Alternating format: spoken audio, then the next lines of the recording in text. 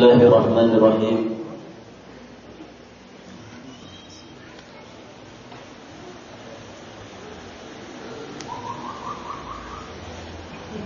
Assalamualaikum warahmatullahi wabarakatuh.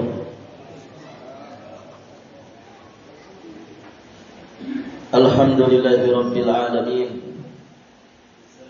Wa bihi nasta'inu ala umuri dunya waddin. Wassalatu wassalamu ala asyrafil anbiya'i wa imamil mursalin Nabiyyina Muhammadin alaihi afdalus salati wa atammu taslim Wa ala alihi wa ashabihi ajma'in Wa sallama tasliman mazidan ila yaumiddin thumma amma ba'd Allahumma inna nas'aluka ilman nafi'an Wa na'udhu bika min ilmin la yanfa' Para hadirin jamaah rahimani wa rahimakumullah. Alhamdulillah kita bersyukur kepada Allah Subhanahu wa taala pada kesempatan yang berbahagia ini kita dipertemukan di majelis ini. Kita memohon kepada Allah dengan seluruh asma-Nya yang husna, dengan seluruh sifat-sifatnya yang maha sempurna. Semoga Allah Subhanahu wa taala memberkahi majelis kita ini. Amin Allahumma ya rabbal alamin. Bapak Ibu yang dirahmati Allah, salah satu di antara nikmat Allah Subhanahu wa taala dari sekian banyak nikmat Allah yang tidak terhitung, Allah Subhanahu wa taala anugerahkan kepada kita semua nikmat besar yang menjadi keistimewaan dan kekhususan bagi manusia, yakni nikmatul aql, nikmat memiliki akal, akal yang sahih, akal yang sharih, akal yang sehat, akal yang waras, akal yang memiliki ketegasan dan juga kemantapan. Sejatinya ini adalah nikmat yang sangat besar yang wajib untuk kita syukuri. Dan ini sudah menjadi sunnatullah bahwa akal diberikan kepada manusia sebagai anugerah yang istimewa, berbeda dengan makhluk yang lainnya. Dengan akal ini Allah Subhanahu wa taala memberikan kemampuan kepada manusia untuk menimbang, untuk memahami, untuk merenung dan juga untuk bertafakkur. Di dalam sebuah ayat di surat At-Talaq ayat yang ke-10, Allah Subhanahu wa taala berfirman, "A'addallahu lahum 'adzaban syadida fattaqullaha ya ulil albab alladzina amanu qad anzalallahu ilaikum dzikra." Allah telah menyediakan azab yang sangat pedih bagi mereka. Kemudian kata Allah, ini yang menjadi poin pembahasan kita, fattaqullaha ya ulil albab. Maka bertakwalah kalian wahai para ulul albab. Bertakwalah kalian wahai para ulul albab. Ulul albab dijelaskan oleh para ulama adalah orang-orang yang berakal sehat, berakal cerdas dan berhati bersih. Diperintah oleh Allah Subhanahu wa taala untuk bertakwa kepadanya. Alladzina amanu qad anzalallahu ilaikum dzikra. Orang-orang yang beriman. Jadi ulul albab itu adalah orang-orang yang beriman. Allah telah menurunkan peringatan kepadamu. Sungguh Allah telah menurunkan peringatan kepadamu. Perhatikan ayat yang mulia ini, Bapak Ibu yang dirahmati Allah Subhanahu wa taala. Di dalam ayat ini Allah secara langsung mengaitkan yang namanya akal, takwa, kemudian iman. Maka orang-orang yang berakal sejatinya akan terpanggil untuk bertakwa. dan itu adalah tanda dari orang-orang yang beriman. Akal, iman dan takwa. Orang-orang yang berakal dipanggil oleh Allah Subhanahu wa taala untuk bertakwa kepadanya. Sehingga ketakwaannya itu dengan wasilah dia mempergunakan akal itu dengan sebaik-baiknya menjadi tanda keimanan bagi mereka. Hadirin jamaah yang dirahmati Allah Subhanahu wa taala. Namun sangat disayangkan dalam kehidupan sehari-hari kita banyak sekali orang yang lengah, banyak sekali orang yang lalai untuk bersyukur atas nikmat akal yang Allah Subhanahu wa taala berikan kepada mereka. Justru sebaliknya, hadirin jamaah yang dirahmati Allah, nikmat akal ini seharusnya disyukuri, mereka malah mengkufurinya. Dengan cara apa? Dengan cara mereka sendiri merusak akal-akal mereka itu. Ya, salah satu di antaranya, hadirin jamaah yang dirahmati Allah, ketika orang itu kemudian meminum khamar, mabuk-mabukan, atau apapun istilahnya. Ya, di masa ini mungkin konsumsi narkoba yang sejatinya itu akan merusak akal manusia. Seharusnya disyukuri untuk mentafakuri dan mentadaburi ayat-ayat Allah, baik itu syariah ataupun kauniyah. Manusia malah merusak akalnya sendiri. Dan ini gambaran bahwa kebanyakan mereka itu memang tidak mensyukuri nikmat akal ini. Hadirin jamaah yang dirahmati Allah, padahal sejatinya akal itu bukan sekedar alat untuk berfikir, tapi juga menjadi kunci utama untuk memahami petunjuk-petunjuk Allah Subhanahu wa taala yang diturunkan Allah melalui wahyunya. Makanya di dalam Al-Qur'anul Karim kita akan sering mendapati di mana Allah Subhanahu wa taala menggunakan seruan-seruan seperti dengan kalimat afala ta'qilun. Tidakkah kalian berakal? Tidakkah kalian berfikir? Atau ungkapan la'allakum tatafakkarun, la'allakum ta'qilun. Ya, agar kalian itu berfikir, agar kalian bisa menggunakan akal kalian dengan sebaik-baiknya.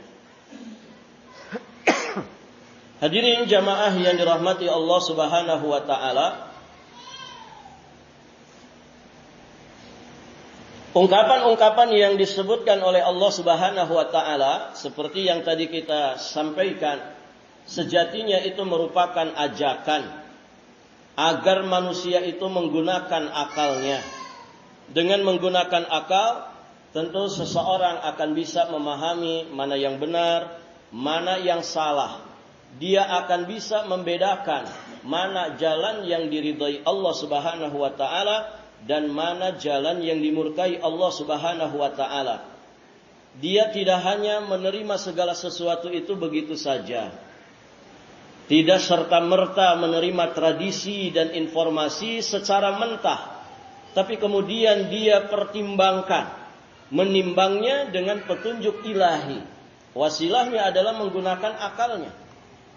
Nah, hadirin jamaah yang dirahmati Allah Subhanahu wa taala, sehingga dari sini kita memahami bahwa orang yang mensyukuri nikmat akal itu adalah orang yang mempergunakan akalnya untuk memahami, merenungi ayat-ayat Allah Subhanahu wa taala. Ada berapa ayat-ayat Allah? Para jamaah, ayat Allah itu ada berapa? Bismillah.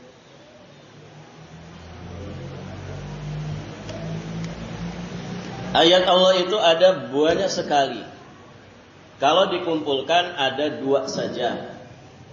Ayat apa itu? Ayat apa, Pak?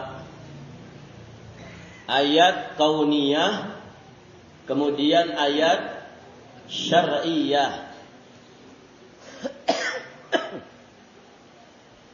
Ayat kauniyah itu adalah alam semesta ciptaan Allah ini.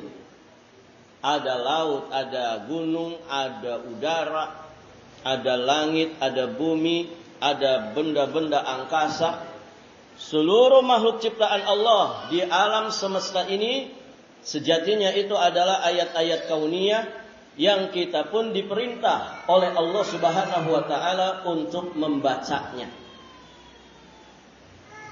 Wahyu pertama yang turun kepada Nabi adalah perintah membaca. Iqra bismi rabbikal ladzi khalaq, khalaqal insana min 'alaq, Iqra wa rabbukal akram, dan seterusnya. Kita disuruh membaca dengan nama Rabb. Membaca, hadirin jamaah yang dirahmati Allah. Karena ayat kauniyah ini mesti dibaca. Dibaca dengan bacaan hati, yakni tafakur, tadzakur, dan tadabbur. Sehingga apa? Menghasilkan keimanan, kesadaran yang begitu besar bahwa hanya Allah satu-satunya sesembahan yang hak untuk diibadahi dengan sebenar-benarnya. Inna fi khalqis samawati wal ardi wa ikhtilafil laili wan nahari la ayat li ulil albab.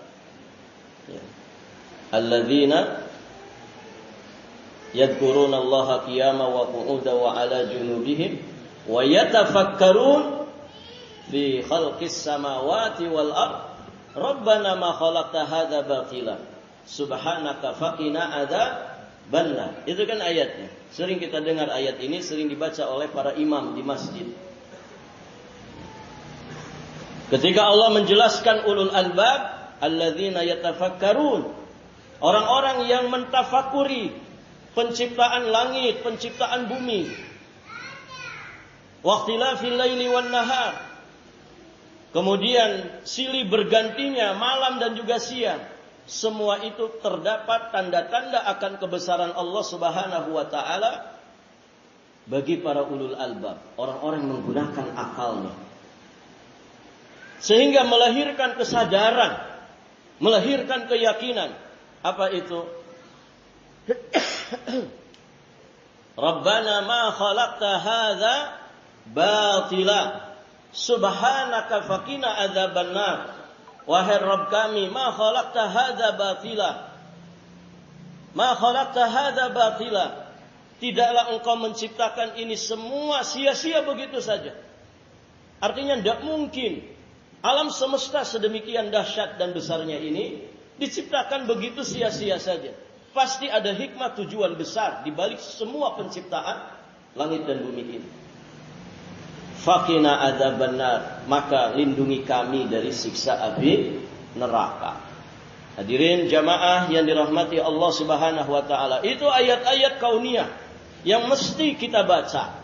Masya Allah, para jamaah, banyak ilmuwan-ilmuwan di barat sana mengkaji, meneliti. Ada satu makhluk Allah kecil, mungkin binatang atau apapun itu. Ternyata mereka menghabiskan usianya mengkaji, menelaah, meneliti, menjadi peneliti. Bertahun-tahun mereka meneliti. Sampai mereka kemudian dapat gelar profesor. Sampai kemudian rambut mereka botak-botak, begitu ya. Saking kerasnya mereka berpikir. Hadirin jamaah yang dirahmati Allah. Ternyata yang mereka kaji, yang mereka teliti bertahun-tahun itu ternyata ada di dalam Quran.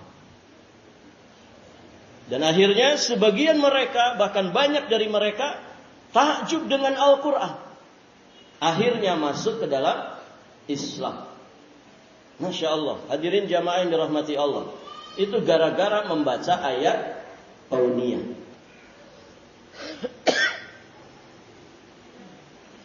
Orang membaca rambut saja, Pak. Masya Allah. Gara-gara orang membaca rambut ini, ada gunting rambut, ya kan? Ada tukang cukur. Di Toli-Toli ada berapa tukang cukur, Pak? Ada pabrik sampo, apalagi pabrik vitamin rambut. Ada salon-salon di mana-mana. Ada vitamin rambut. Ada jepit rambut dibuat. Masya Allah, jilbab dibuat untuk menutupi rambut wanita. Peci dibikin ya untuk laki-laki dan demikian seterusnya. Gara-gara rambut. Begitu kan? Orang membaca mata, luar biasa para jamaah. Sampai ada obat tetes mata, sampai dibuat rumah sakit khusus mata, dibuat kacamata, dibuat obat-obatan untuk mata. Masya Allah. Orang membaca gigi, sampai ada fakultas kedokteran gigi. Ada berapa kemudian merek pasta gigi, sikat giginya. Masya Allah, hanya membaca gigi. Wa fi anfusikum afala tubsirun. Pada diri kalian, apakah kalian tidak melihat tanda-tanda kebesaran Allah itu? Di dalam diri kita saja kalau dibaca luar biasa. Bagaimana yang ada di alam sekitar kita? Hutan dibaca, laut dibaca, bumi kita dibaca, gunung dibaca, udara dibaca. Hadirin jamaah yang dirahmati Allah. Semua untuk kemanfaatan dan kemaslahatan manusia. Selama mereka mempergunakannya dengan amanah Allah. Nah, kalau ayat kauniyah dibaca sedemikian rupa efeknya bagi manusia. Bagaimana lagi kalau yang dibaca itu ayat-ayat syar'iyah. Apa itu ayat syar'iyah? Wahyu dari Allah berupa Quran dan Sunnah. Ini yang harus kita betul-betul baca. Hadirin jamaah yang dirahmati Allah. Jika dua perkara ini ditinggalkan manusia, tidak mau membacanya, apalagi mempelajarinya, maka hadirin jamaah yang dirahmati Allah, manusia akan tersesat jalannya. Dan Nabi sudah menetapkan itu. Kata Nabi SAW, taraktu fikum amrayn.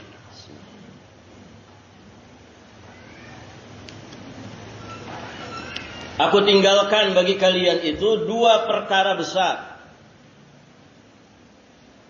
Taraktu fikum amrayni ma in tamassaktum bihima lan tadillu ba'di abadan. Selama kalian berpegang teguh dengan kedua perkara yang aku tinggalkan ini, kalian tidak akan pernah tersesat untuk selama-lamanya sepeninggal diriku. Kemudian Nabi menyebutkan dua perkara itu adalah Kitabullah wa sunnati. Kitabnya Allah yakni Al-Quran. Kemudian sunnahku, sunnah Rasulullah sallallahu alaihi wa alihi wasallam. Hadirin jamaah yang dirahmati Allah. Maka orang yang mensyukuri nikmat akalnya, akalnya akan tunduk patuh kepada wahyu Allah.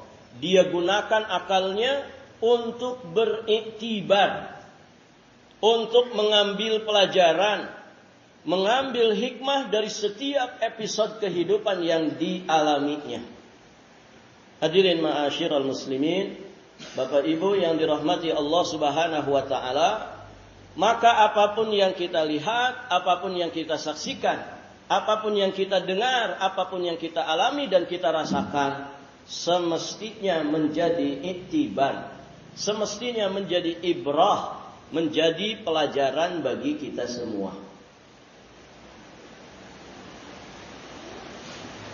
Contoh yang sedang ramai sekarang apa, Pak?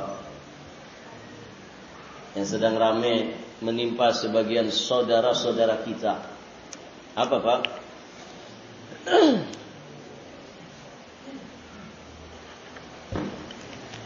Banjir bandang di 3 provinsi sekaligus. Semoga Allah menjaga negeri ini min kulli su'in wa makruhin wa min kulli fitanin ma dhahara minha wa ma batan. Semoga Allah menjaga negeri ini dari segala keburukan, dari segala fitnah, dari segala sesuatu yang tidak kita sukai, dari segala macam fitnah yang nampak ataupun yang tidak nampak. Amin Allahumma ya rabbal alamin. Semoga bapak-bapak yang tinggal di sini lingkungannya aman-aman saja, tidak terjadi bencana alam. Allah melindungi kita semua dan melindungi saudara sesama muslim dimanapun mereka berada. Amin Allahumma ya rabbal alamin. Bapak Ibu,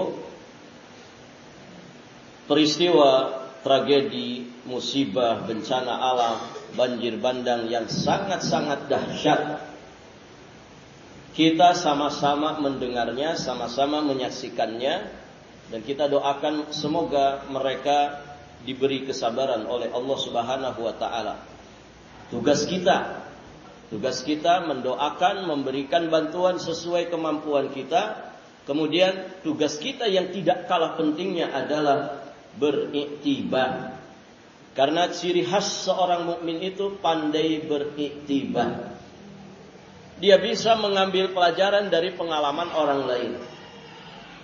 Mungkin usianya masih muda, tapi kedewasaannya terkadang melampaui orang-orang yang sudah tua. Kenapa? Karena dia pandai beriktibar, mengambil pelajaran dari orang-orang yang lebih tua dari dirinya. Maka apa yang menimpa saudara-saudara kita, jadikan itu iktibar, jadikan itu pelajaran besar. Terkait dengan apa? Seorang mukmin ketika beriktibar, mengambil pelajaran dari sebuah peristiwa, dia tidak hanya melihat sesuatu itu dari zahirnya saja. Tidak melihat sesuatu itu dari tampilan yang nyata kasat mata saja. Tapi lebih dari itu, orang yang menggunakan akal cerdasnya, akal yang sehat dan sharihnya, maka hadirin jamaah yang dirahmati Allah, dia akan melihat hakikat segala sesuatu itu. Dia akan melihat bawatin, maknawi dari apa yang kemudian dia saksikan. Maka dikatakan oleh para ulama, al-aqil man nazara arwahal asya'i wa haqa'iqaha wa la yaghtar bisuwariha. Ini catatan penting ya. Dijelaskan oleh para ulama bahwa orang yang berakal itu menilai segala sesuatu dari esensinya, menilai segala sesuatu itu dari hakikatnya, dari ruhnya, dari maknawiyahnya, bukan dari rupa dan kulitnya. Dia tidak terpaku, dia tidak tertipu oleh rupa dan juga kulitnya. Contoh ya, yang menimpa saudara-saudara kita, yakni saat terjadi berbagai macam musibah, bencana, kerusakan, maka orang yang akil, orang yang mensyukuri nikmat akalnya, langsung kemudian akalnya itu mengambil ibrah secara hakikat dari musibah itu. Dia tidak hanya mengkaji, meneliti, menelaah, oh ini karena pembabatan hutan, oh ini karena memang ada siklon tropis, apa itu namanya? Hadirin jamaah yang dirahmati Allah. Apa namanya? Siklon tropis, lalina lah, cuaca yang ekstrim lah, atau apapun itu istilah. Itu kan pengamatan manusia ya secara fisik. Namun hadirin jamaah yang dirahmati Allah, dia tidak hanya terpaku dengan itu, tapi dia kemudian melihat hakikat dari musibah ini apa sebetulnya. Maka kemudian jiwa raganya langsung tertuju kepada petunjuk-petunjuk Allah. Ya, di antaranya jiwa raganya tertuju kepada firman Allah Subhanahu wa taala di surat Ar-Rum ayat 41. Surat apa para jemaah? Surat Ar-Rum ayat 41. Ada yang hafal ayatnya? Pokoknya ada di mushaf gitu ya.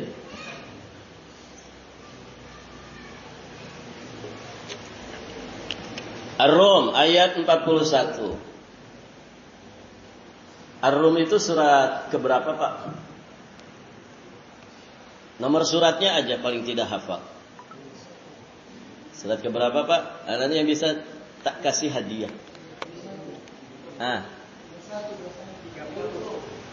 Rum, Ar-Rum. Yang mana ini?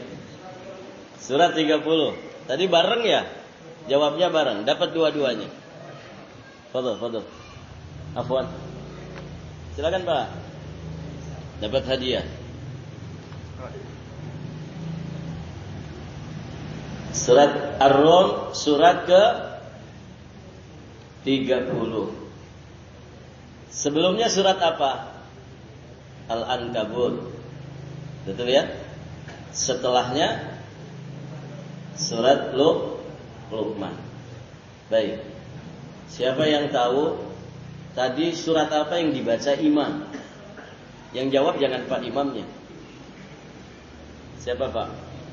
Tadi pada salat maghrib di sini kan, rakaat pertama imam baca apa? Rakaat kedua imam baca apa? Ayo, siapa yang mau jawab?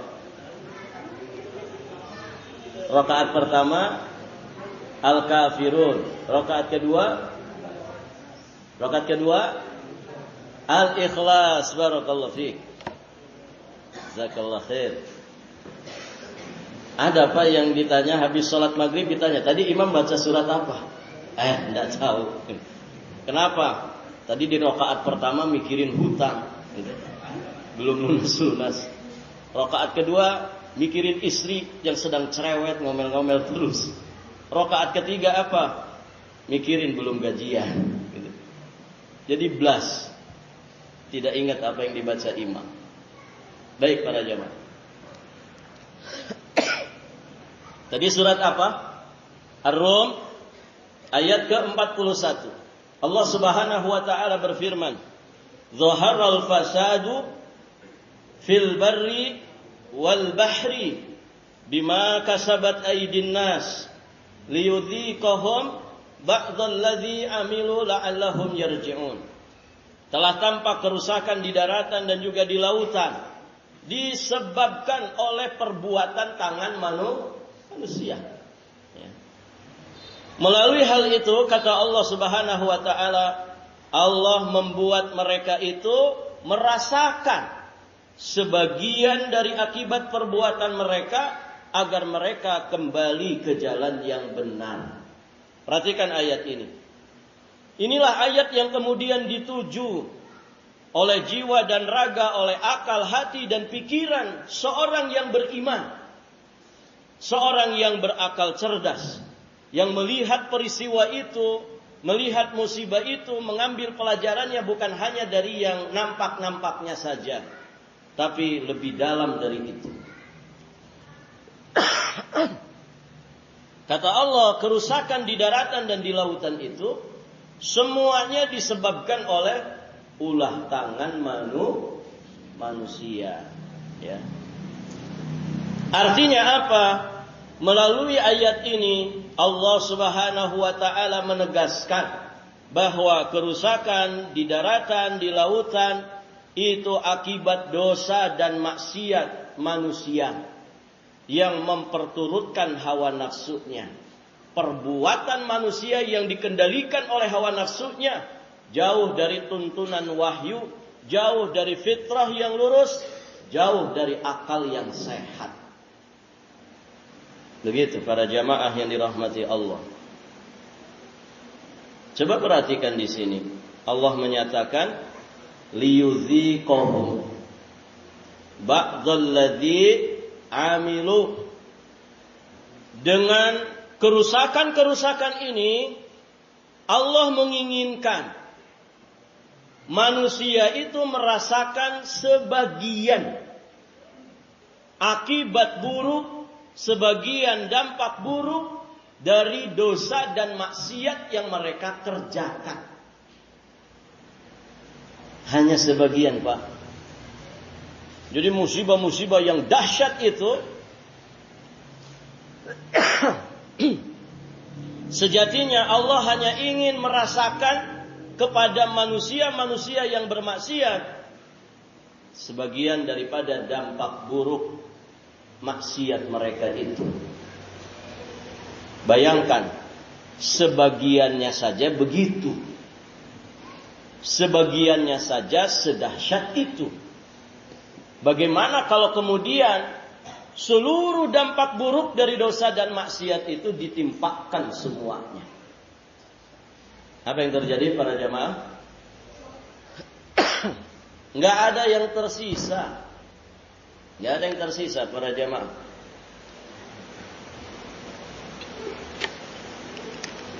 Makanya Allah sebutkan di surat Fatir ayat ke-45. Allah berfirman, "Walau yu'akhidullahu an-nasa bima kasabu ma taraka min dhahriha min dabbah." Dan sekiranya Allah Subhanahu wa taala menghukum manusia disebabkan apa yang telah mereka perbuat, niscaya Allah tidak akan menyisakan satupun makhluk bergerak yang bernyawa di muka bumi ini. Selesai, sudah musnah, binasa semuanya. Berarti Allah itu masih sayang kepada kita. Dan para jamaah, maksiat itu ada bekasnya. Maksiat itu ada bekasnya. Bekas di mana? Pertama di hati, jelas. Ada noktah hitam yang kemudian ditorehkan di hati orang yang bermaksiat. Kemudian bekas di mana? Bekas di jasad. Ya. Bekas di jasad. Ada orang ininya banyak besetannya. Bekas apa itu, Pak? Hah? Sini garis-garis nih, kayak bekas disayat. Kira-kira bekas apa itu? Hah?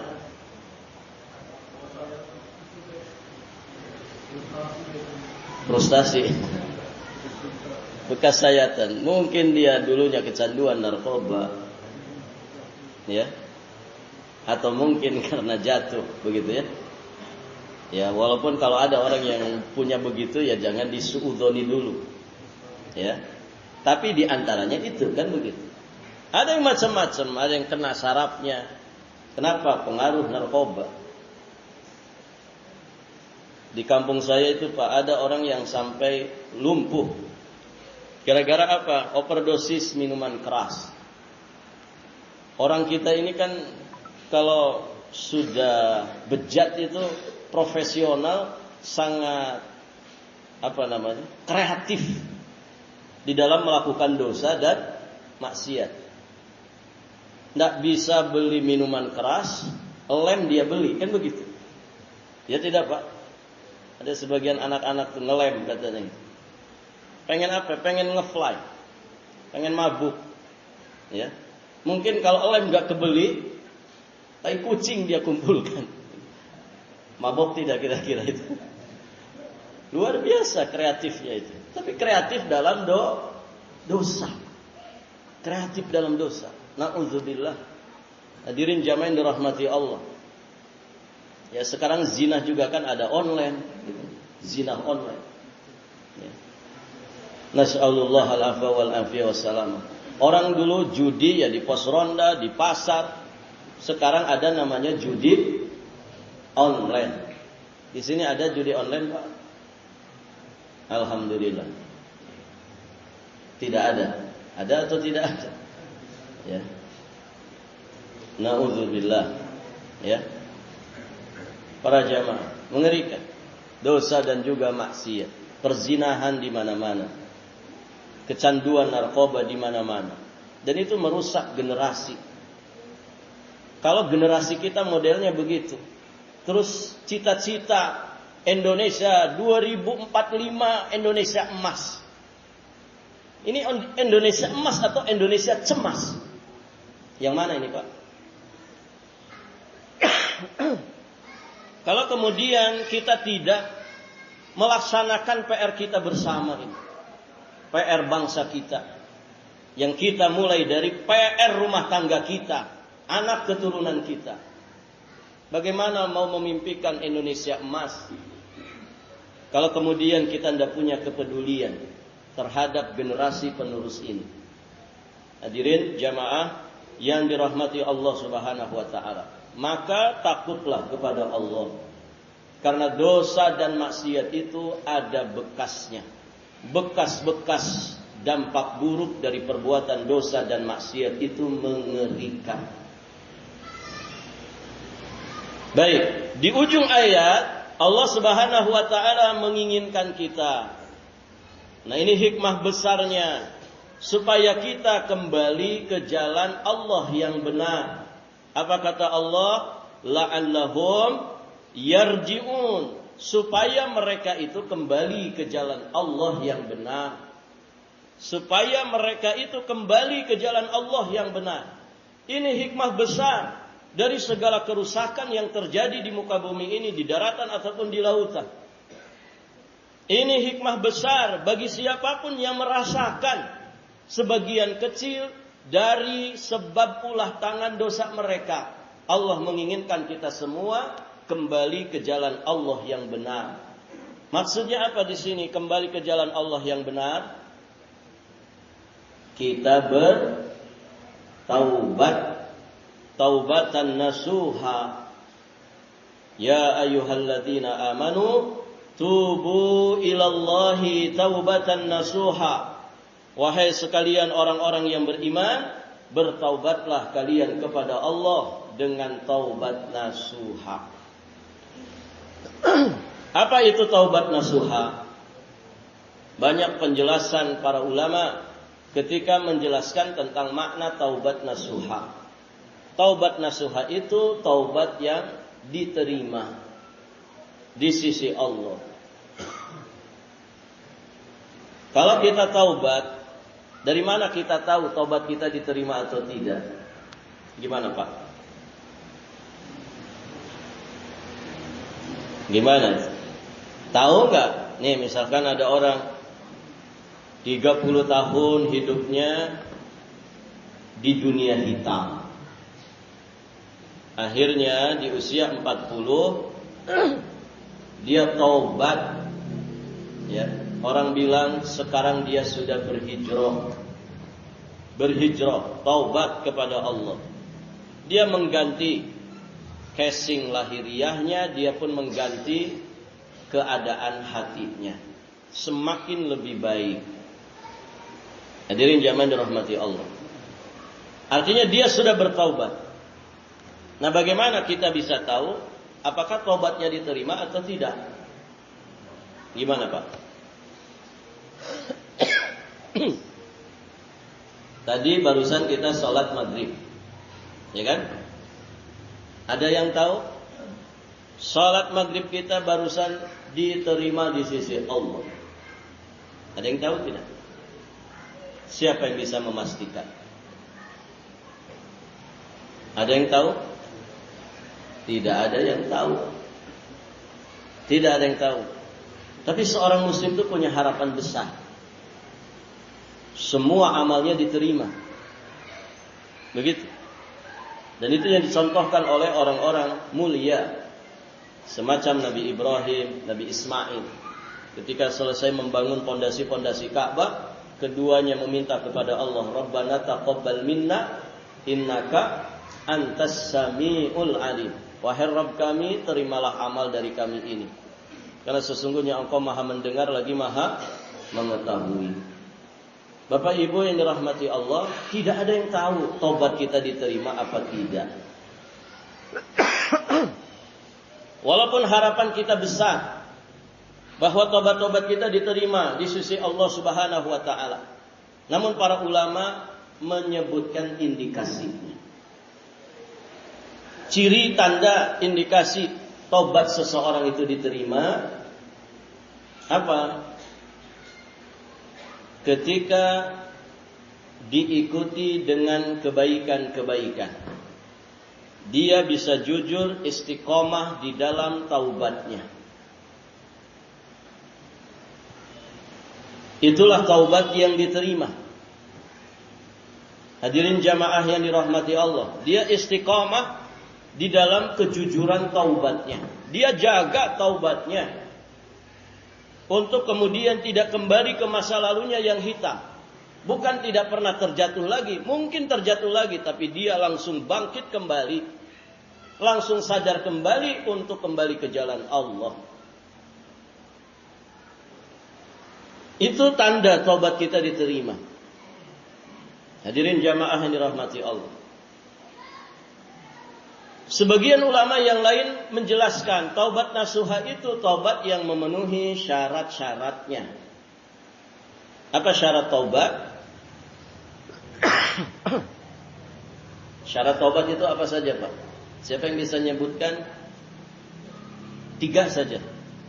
nanti dapat hadiah ini. Ada yang bisa nyebutkan, Pak? 3 syarat taubat. Itu disebutkan oleh Imam Nawawi dalam kitabnya Riyadhus Shalihin. Ada yang ingat? Ada yang hafal? Ibu-ibu, ada yang bisa ibu? Syarat taubat pertama apa? Menyesal, an-nadam.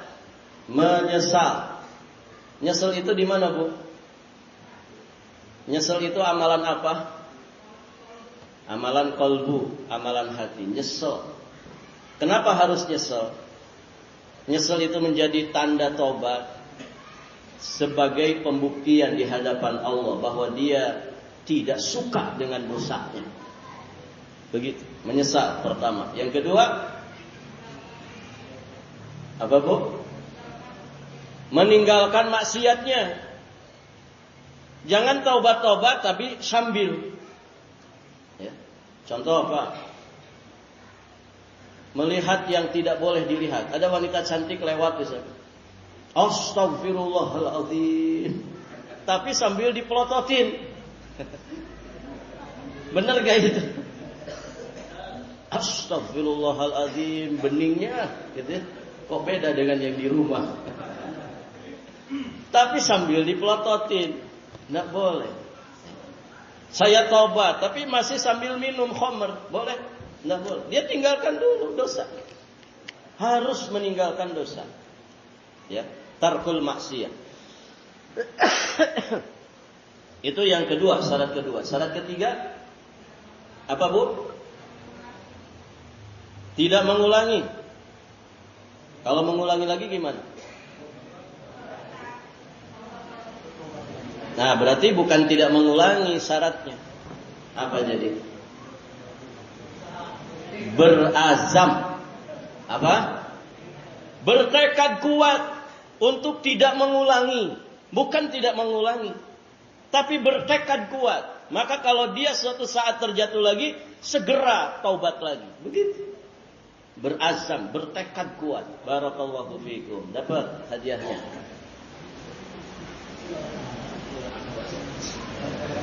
Dikolongin saja. Nah, itu para jamaah, itu syarat tobat. Syarat tobat yang lainnya kata para ulama ikhlas. Karena taubat itu ibadah, maka harus ikhlas. Syarat tobat yang lainnya apa?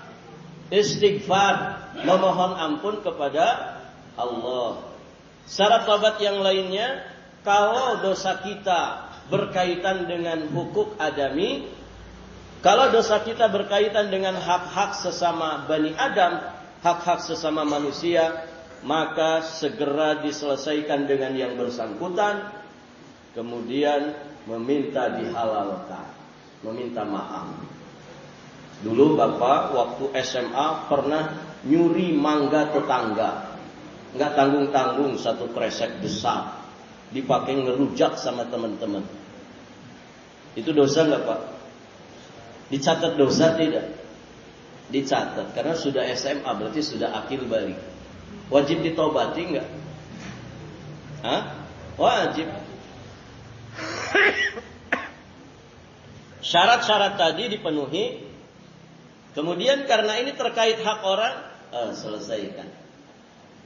Bagaimana menyelesaikannya? Datang ke orang yang punya mangga itu. Pak, dulu saya pernah nyuri mangga Bapak. Satu kresek besar, kayaknya 5 kilo deh. Ya. Saya minta ampun kepada Allah. Saya ingin menyelesaikan urusan saya. Saya mau ganti, berapa mangga? Oh, sekilo 30.000. Kalau 5 kilo jadi berapa? 150.000. Atau Bapak bawa mangga yang sama, berikan hak itu, kembalikan hak itu, atau dijumlahkan dengan harganya. Minta maafnya, minta keridhoannya. Begitu. Itu kalau terkait dengan hak orang lain. Kemudian syarat taubat yang lainnya, bertaubatlah sebelum nyawa itu sampai di tenggorokan. Karena saat nyawa sudah sampai di kerongkongan, pintu taubat tertutup. Kemudian bertobatlah kepada Allah sebelum matahari terbit di arah terbenamnya. Karena saat itu juga pintu taubat sudah tertutup. Nah demikian para jamaah yang dirahmati Allah. Allah menginginkan kita taubat. Dan taubat itu setiap hari. Begitu Nabi mengajari kita taubat setiap hari. Ya ayuhan nas tubu ilallah fa inni atubu fil yaumi mi'ata marrah. Wahai sekalian manusia, taubatlah kalian kepada Allah, karena sesungguhnya aku taubat seharinya 100 kali. Begitu para jamaah. Ja'alanallahu wa iyyakum minat tawwabin, ya. Minat taibin. Semoga Allah Subhanahu wa taala menjadikan kita semua orang-orang yang bertaubat kepada Allah Subhanahu wa taala. Amin Allahumma ya rabbal alamin. Bapak Ibu yang dirahmati Allah, sampai di sini saja pelajaran kita. Semoga yang sedikit ini bermanfaat. Sisa berapa menit ke azan? Sisa 5 menit. Boleh kalau ada yang ingin bertanya sebelum ditutup.